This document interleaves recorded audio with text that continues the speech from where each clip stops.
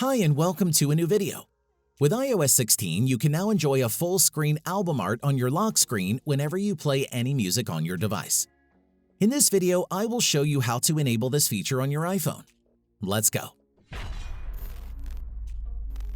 The new feature is launched with iOS 16, so make sure to update your iPhone to the latest version if you haven't done so yet. To update to the latest iOS version, go to Settings, select General, and tap on Software Update. Download and install the update if it is available. Now, open any music streaming platform of your preference. It could be either Apple Music, YouTube Music, Spotify, or SoundCloud, among others. For this video, I will use Spotify. Next, choose any song from your playlist and access your lock screen.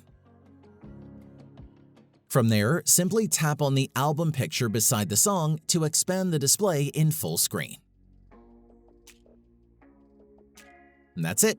If I could help you, feel free to give this video a thumbs up and don't forget to subscribe.